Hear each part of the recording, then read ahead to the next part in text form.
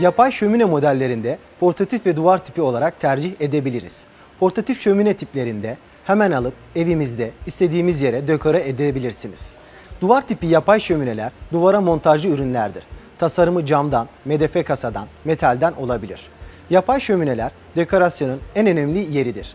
Günümüz mimarisinde sağladığı birçok avantaj ile yapay şömineler dekorasyonun her alanında sorunsuz ve kolaylıkla yer verilebilecek ürünler olarak karşımıza çıkmaktadır. Baca gerektirmemesi ve kullanımının riskli olmaması sebebiyle ev mimarisinde, yatak odasında, çocuk odasında, hobi alanlarında, yemek alanlarında rahatlıkla kullanılabilecekleri yerlerdir. İş yerlerinde ise ofis, kafe, restoran, otel ve eğlence mekanlarındaki kullanımlarda sıkça rastlanmaktadır.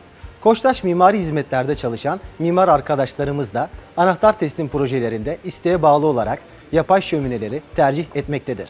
15 metrekare bir yerde rahatlıkla kullanılabilir. Örneğin yalıtımlı olan 20 metrekare bir odada ortalama 2 kahvalık bir enerjiye sahip olduğu için ısınması yeterli olacaktır. Daha büyük iş yerlerini alıyorsak yardımcı ısıtıcı olarak kullanılabilir. Yapay şömineyi dekorasyona uygulamak hızlı ve kolaydır. Hemen hemen her mekana yapay şömine tasarlamak ve uygulamak mümkündür. Bunun için ihtiyaç duyulan sadece 220 volt elektriğin yakın olmasıdır. Bugün karar verip portatif şömine almak istersek herhangi bir Koçtaş'a giderek akşam önünde şömine keyfi yapabiliriz. Bunun aksine diğer alternatiflerde bu durum maalesef bu kadar kolay değildir.